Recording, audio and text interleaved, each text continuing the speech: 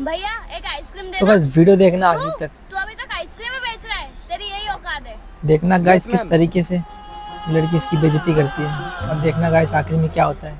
ये लो आपके chocobar. Hello, video ला के हाँ देखना क्या गाइस। हुआ? आ रहा हूँ। बेबी रुको। अब सुनो, देखना अब क्या होता है। वो मेरे पास पैसे नहीं है। अभी अच्छा, तो बहुत आपके पास लकड़ी पैसे दिखा रही नहीं थी, है? अब क्या हुआ। ठीक है, कोई बात नहीं। आइसक्रीम ले लो आइसक्रीम। अबे ओ अभी बोलते भाई, चिल्ला।